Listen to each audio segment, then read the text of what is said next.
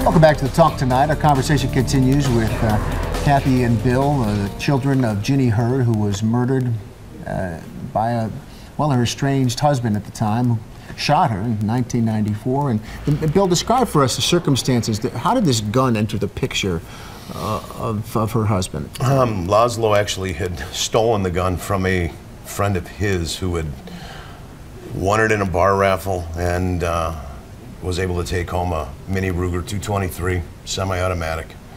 And Laszlo easily broke into his house, took the gun, and went and laid in wait for my mother, and eventually used it on her and himself. There have been so many, it seems, instances of gun violence that we've seen in the news recently. Every time you turn on the TV and you hear about a Newtown or an Aurora, or even just a single person who's been shot and killed, does that kind of extract those memories for you all and bring back those that fresh pain? Absolutely, for me it does. And the arguments for changing the gun laws all come back too, because we had the same discussion 20 years ago. The same discussions have been occurring over and over and over again, and it's sad because until we have a tragedy where small children are killed, or someone goes onto a college campus, or the same congresswoman gets shot. Exactly, sure, same discussions occur, the same delays occur. It just keeps on happening. Do you think there's parts of legislation that can make a difference in terms of gun? There's a couple of pieces to it? Well, I think the background check is important. But again, in Laszlo's case, I don't know. This gun came from a bar raffle.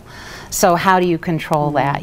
So you go down all these slippery slopes of where to draw the line. I'm sure, background checks, I feel, are important, better background checks. Bill, do you think that legislation can make a difference, or are you frustrated that maybe not? Frustrated. We've been watching it, like Kathy said, for 20 years. And I'm an advocate of the Second Amendment. I mean, I truly believe everyone has the right to own and bear arms. I don't think our founding fathers ever intended to see weapons that they have in this day and age, where they were doing black powder at that time. You all had talked about the threats and how your mom knew that something just wasn't right. Do you think, in retrospect, those warning signs were there and something could have been done to prevent this from happening? I do not. I don't either. I think if somebody's determined to carry out a crime like this, they're going to find a way to do it. So what then do you hope that the community can take from your story? What's the message that you hope You have the resonates? white ribbon on. I've got my white ribbon on. You got your bracelet on. We got to get Megan one.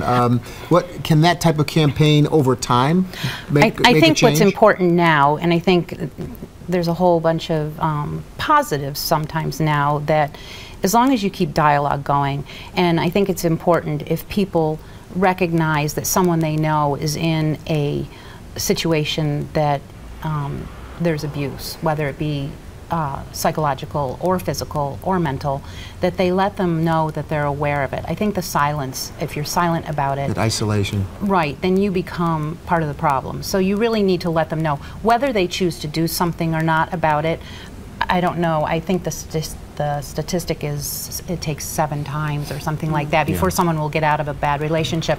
I had friends who were in bad relationships that kept great secrets, but once I let them know that I was aware that it was going on, then they'd open I up. think it helped. Yeah. So I think the big thing is to keep the dialogue open. Kathy and Bill Hurd Rogers, thanks for being here and sharing your for story having and your us. mother's story. Thank you. And this week, where we are wearing the right ribbons, trying to do something about this problem of violence in our community.